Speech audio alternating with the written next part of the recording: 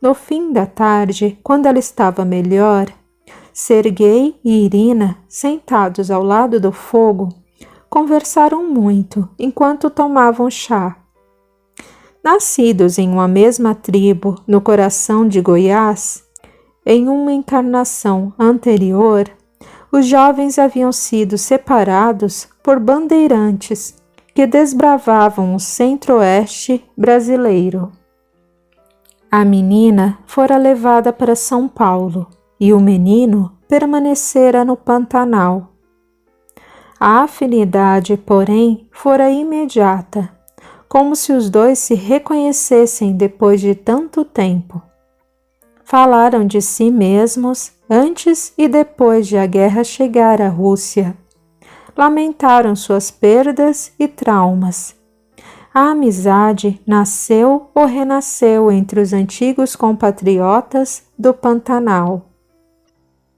Serguei, um homem entre 30 e 40 anos, contou a ela que no verão aquele era um local lindo para viver.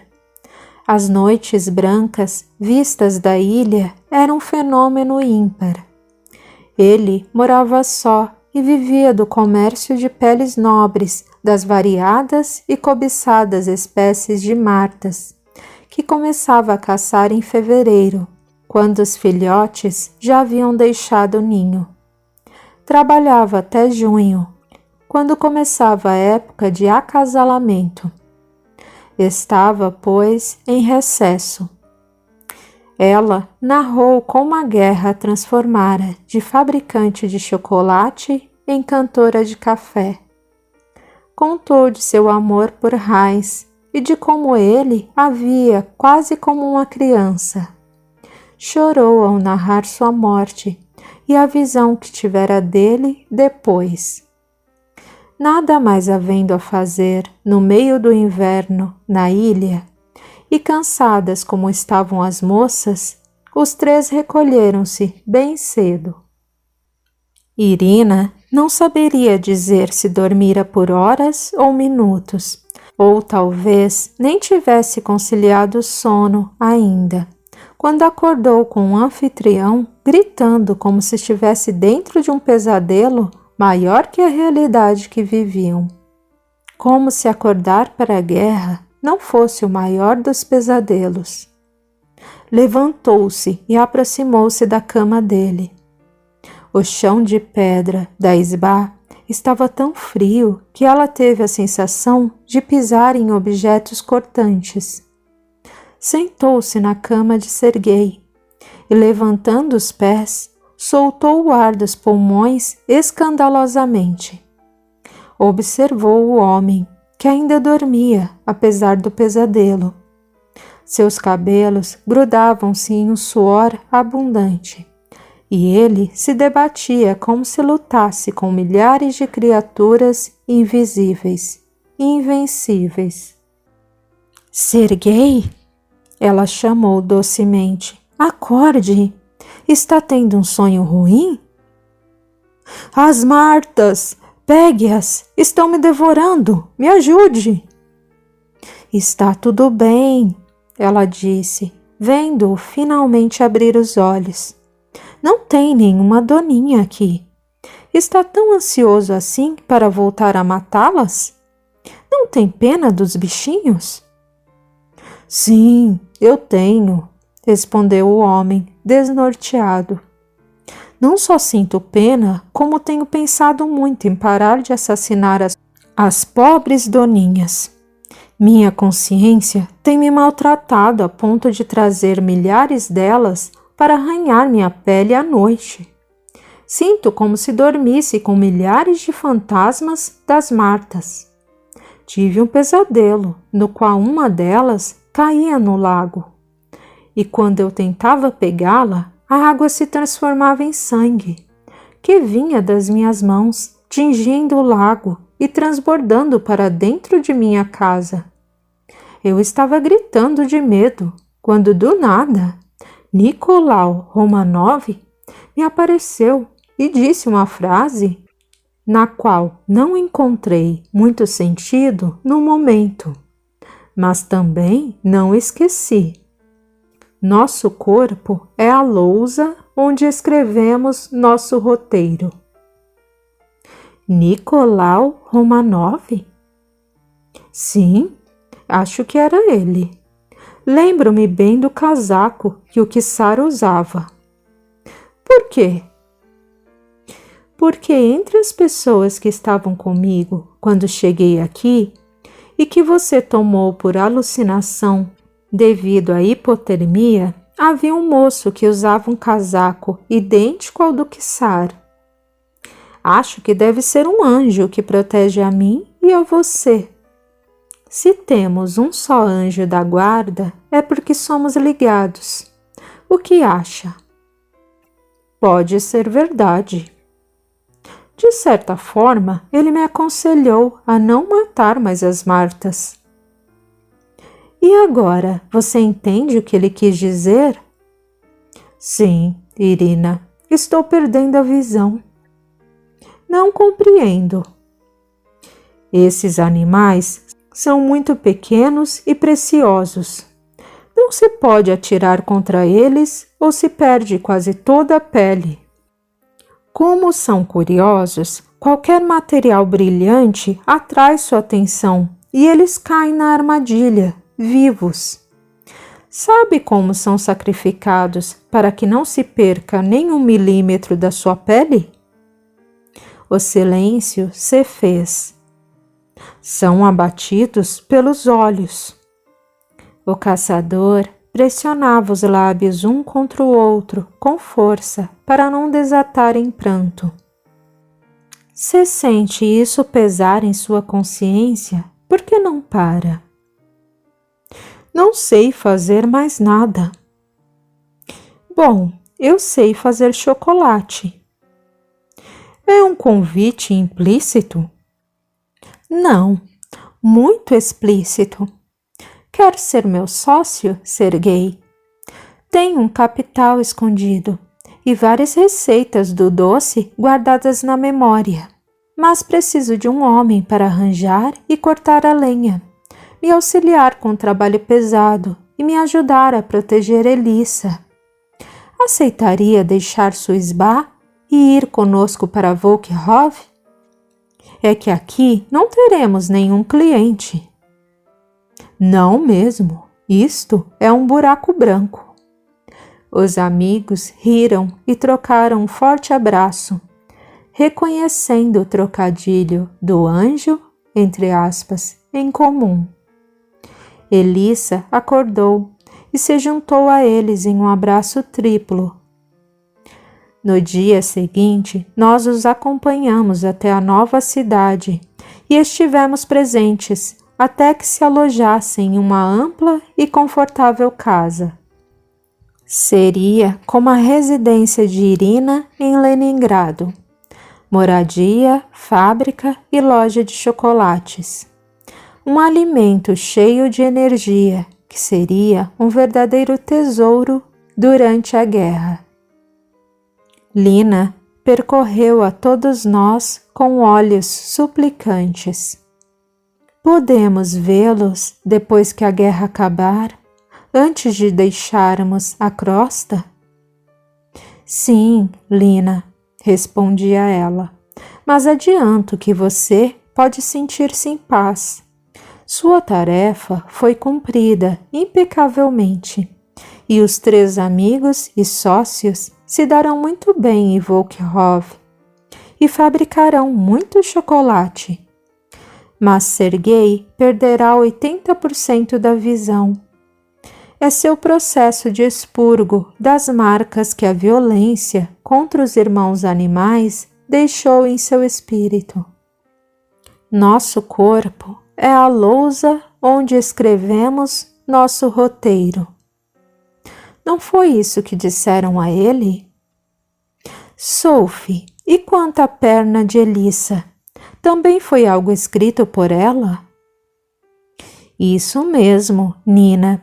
Ao tirar a vida daquelas mulheres no porão em São Paulo, seu espírito foi marcado com esse ato. Ela precisava passar pelo mesmo que infligiu a outras para expelir através do corpo, a doença do espírito. Durante os poucos anos que está na carne, Elissa mostrou-se terna e doce. Já adestrou seu coração egoísta e parece apta a pagar com amor seus débitos. A fome que impôs às Índias não necessariamente precisou tirar-lhe a vida orgânica, mas plantou em seu âmago o desejo de lutar contra essa infelicidade. Ela terá muita oportunidade de combater a fome, agora e no pós-guerra. Assim, os elos que detêm essa decisão viram nela um aliado em potencial contra a miséria na crosta. Por isso, em vez de perder o corpo físico inteiro, como as Índias, bastou parte da perna. Tudo o que presenciamos na vida dessa família começou com o assassinato das Índias no Brasil? Essa pergunta, Sua Alteza, respondi, fazendo graça com Saulo em seu casaco do quiçar, entre aspas. Eu vou deixar para Leon responder. Aposto que estão todos ansiosos para que ele nos dê seu parecer sobre esse caso. Depois que todos terminaram de rir com nosso amigo, caracterizado como Nicolau Romanov, Leon começou. Tudo o que presenciamos aqui tem sua origem em um sentimento que ainda tortura corações incautos, o ciúme. Todos nos colocamos em círculo e cravamos os olhos em nosso amigo. Sabíamos que naquele instante aprenderíamos mais sobre a complexidade da alma humana. Conheceríamos melhor a nós mesmos, para melhor domar nossas feras. Etimologicamente falando, ele continuou, ciúme vem do latim zelumen, que vem de zelos, ou ainda do grego zelos. Assim, dizemos erradamente que quem tem ciúmes tem zelo. Não é verdade. Zelo é cuidado, dedicação, afeição. O ciúme não cuida, desconfia. Não se dedica, oprime. E não ama, magoa, onera, fere, mata. Longe está de fazer jus à etimologia de seu nome. Esse sentimento vem do egoísmo do ser humano, possessivo e inseguro. É uma situação complexa de emoções, pensamentos, reações físicas e comportamentais. No campo emocional, notamos dor, raiva, tristeza, medo e inveja.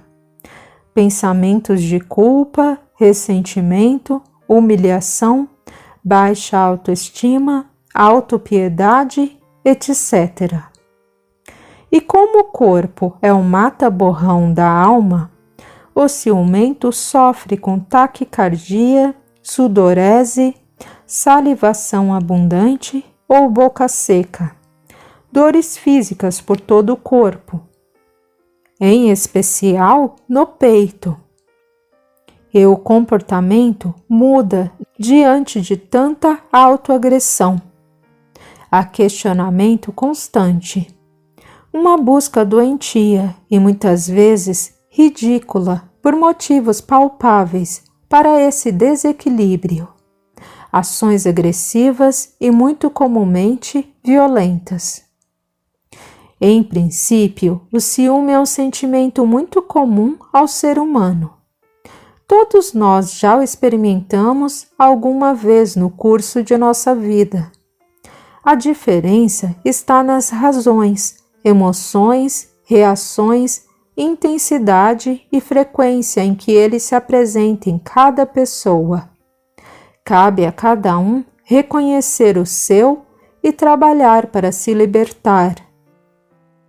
Leon, Existe ciúme positivo, como alguns dizem por aí? Não, Lina, o ciúme nunca é positivo.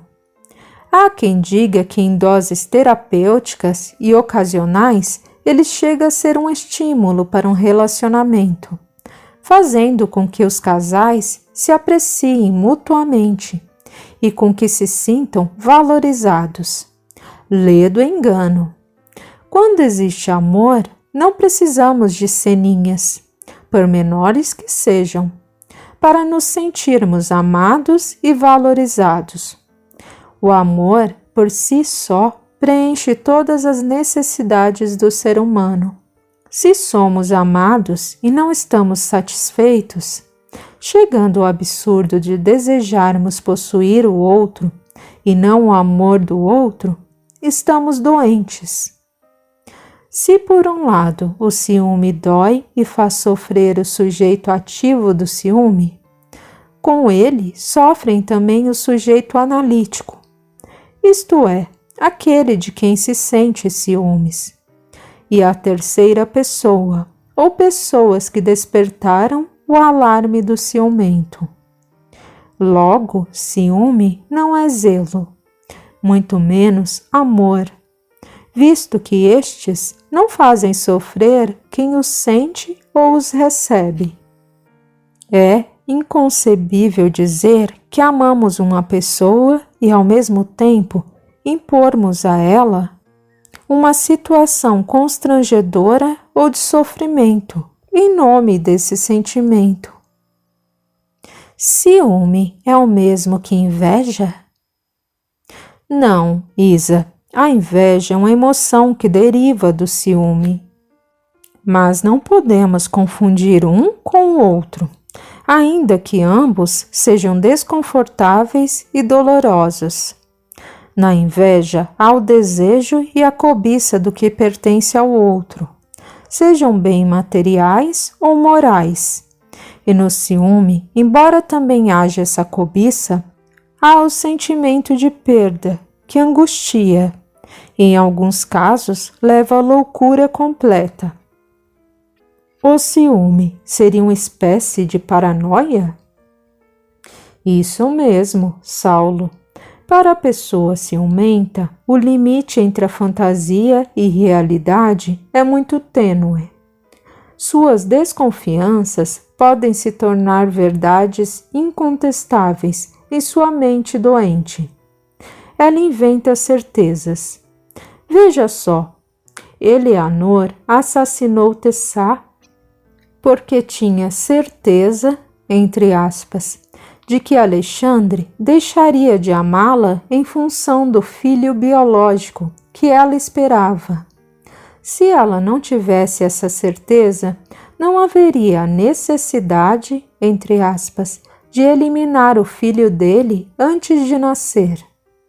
Podem agora dizer que Eleanor amava Alexandre? A desolação que ela infligiu a ele foi tão grande que acelerou sua desencarnação. O pobre homem nunca mais sorriu. Definhou na tristeza com o desaparecimento de sua esposa. Como explicar que alguém que ama faça tanto mal ao ser amado?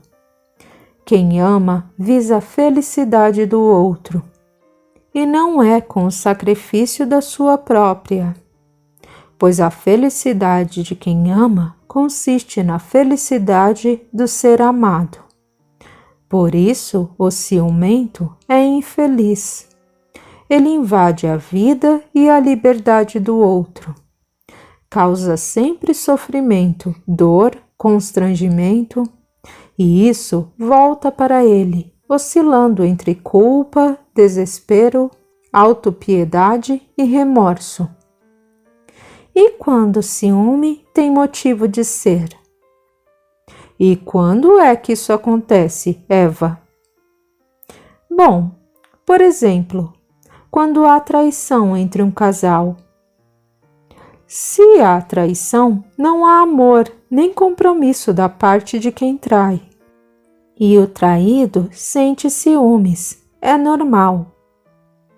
Normal, sim. Correto, não. Mas quando há traição, não há amor. E quanto ao traído? Se ele ama, não opta pelo ciúme, pois o amor não é condizente com ele. Quem ama quer ver o outro feliz, mesmo que não seja em sua companhia. Logo, vai optar por deixar que o outro vá viver a própria vida. E se optar pelo perdão e por manter a relação, fará isso de maneira madura e sincera, sem cobranças, sem invasão, sem ciúmes, agindo corretamente e trabalhando pela elevação do traidor. Ser leal é a única maneira de ensinar a lealdade. Existe origem para o ciúme? Nina, que bela pergunta! As pessoas ciumentas podem ter adquirido essa dificuldade na infância, no tão falado complexo de Édipo. Quando sentimos ciúmes de nossos pais como casal, da atração que um exerce sobre o outro e que nos deixa à parte. Talvez quando, na adolescência, vivemos um amor platônico com a garota ou o garoto mais cobiçado da escola, ou mesmo a amizade que os mais interessantes não nos dispensaram, ou a promoção que aquele colega recebeu com apenas 2 anos de trabalho, quando nós já estamos no 10º. Esse desequilíbrio pode ser adquirido na infância, na adolescência ou na idade adulta. Está arraigado à nossa baixa autoestima, narcisismo, egoísmo, insegurança, dependência emocional, a nossa maneira errada de ver o amor. Amar não é ter, reter, possuir. Amar é dar amor, e a pessoa amada tem o direito de não nos amar, de não querer conviver conosco, e não é por isso que deixaremos de amar, pois amar é privilégio de quem ama. Podemos amar e deixar que as pessoas amadas amem e sejam amadas por todos, e não só por nós. É tão bom dar e receber amor. Por que restringir nossos amados a nós somente? Podemos amar alguém que está do outro lado da mesa, da rua, da cidade, do mar, da vida. O importante é dar amor. O amor é uma taça que quanto mais vezes se enche, mais doce se torna. O ciúme é o fel que goteja nessa doce taça. O Mestre disse: amai-vos uns aos outros. O amor é universal.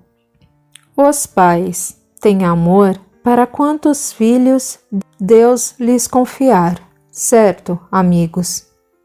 Quantos mais, melhor. E os companheiros de jornada? Estes, se nos amarem, nos serão fiéis. E isso é o que basta. Ser fiel não é ser exclusivo. Afinal, os maridos e esposas precisam de filhos, pais, mães, amigos, colegas de trabalho e de um tempo para si mesmos. O amor não oprime. Atenção para a linha quase imperceptível que separa o eu do tu, sem arrebentarmos aquela que forma o nós. Amar é sermos nós, sem extinguir o eu e o tu. Então, o ciúme é errado? Não diria certo ou errado, muito embora ele seja a nossa tentativa de colocar no outro nossas falhas de caráter. Acontece de o ciumento ser quase sempre infiel, mas é melhor classificá-lo como uma dificuldade do espírito em evolução. E como se libertar dele? Não devemos ter vergonha de pedir ajuda aos amigos ou a um profissional.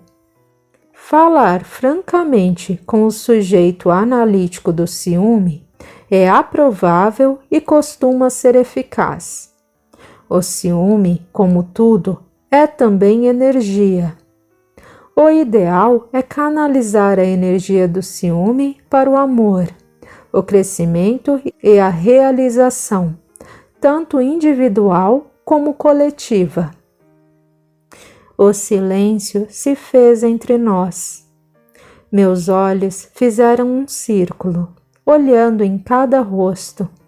Todos pareciam inteiramente dentro de si próprios. Os braços entrelaçados com os do amigo da esquerda e da direita, e as mãos cruzadas sobre a barriga, mostravam o que representávamos, elos da grande cadeia universal do amor do Pai. Aquela corrente era infinita. Espalhava-se sobre o planeta sem perder um só guilhão, todos recebendo as vibrações do elo maior, sob a orientação amorosa do segundo grande elo, Jesus.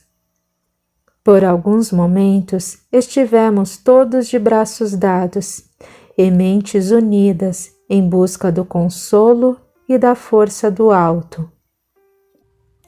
A invasão da Rússia foi seguida de um acontecimento que envergonharia a humanidade por gerações e gerações futuras.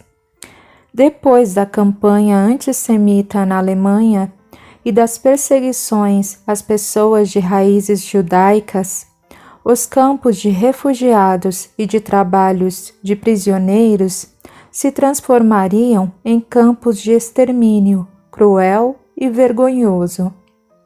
Nosso próximo passo seria visitar um desses campos. Portanto, Zaqueu nos sugeriu uma incursão à matriz do projeto macabro, o local de onde vinham as ideias para tantas atrocidades praticadas por seres humanos contra seres humanos. Estávamos partindo para conhecer o molde de Auschwitz, Majdanek, Sobibor, Belzec, Chelmno e Treblinka, entre tantos.